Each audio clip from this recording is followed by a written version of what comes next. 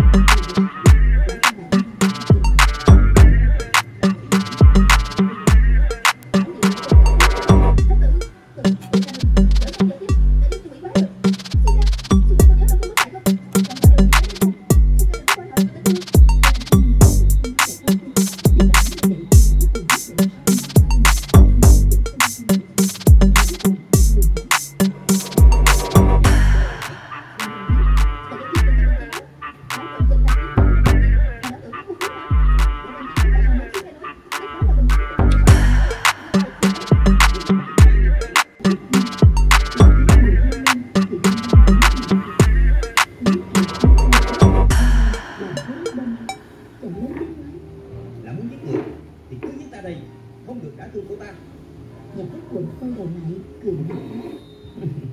Ngươi học nghệ một chút kiếm pháp mèo què thì rõ ràng có thể tung hoành giang hồ sao? Lượm kiếm lên để ta cho ngươi chết tâm phục. Lệnh hồ xuân Dặn lần công dám cùng với sư, cùng với lão đồng thủ. nhà có quần lớn tiếng nói. Đến hôm nay mà ngươi còn giả nhân giả nghĩa làm gì? Ngày hôm đó ở trên sông Hoàng Hà, trên ngũ bát cương, vì cấu kết với bàn môn tả đạo, cố ý làm mất mặt ta. Lúc đó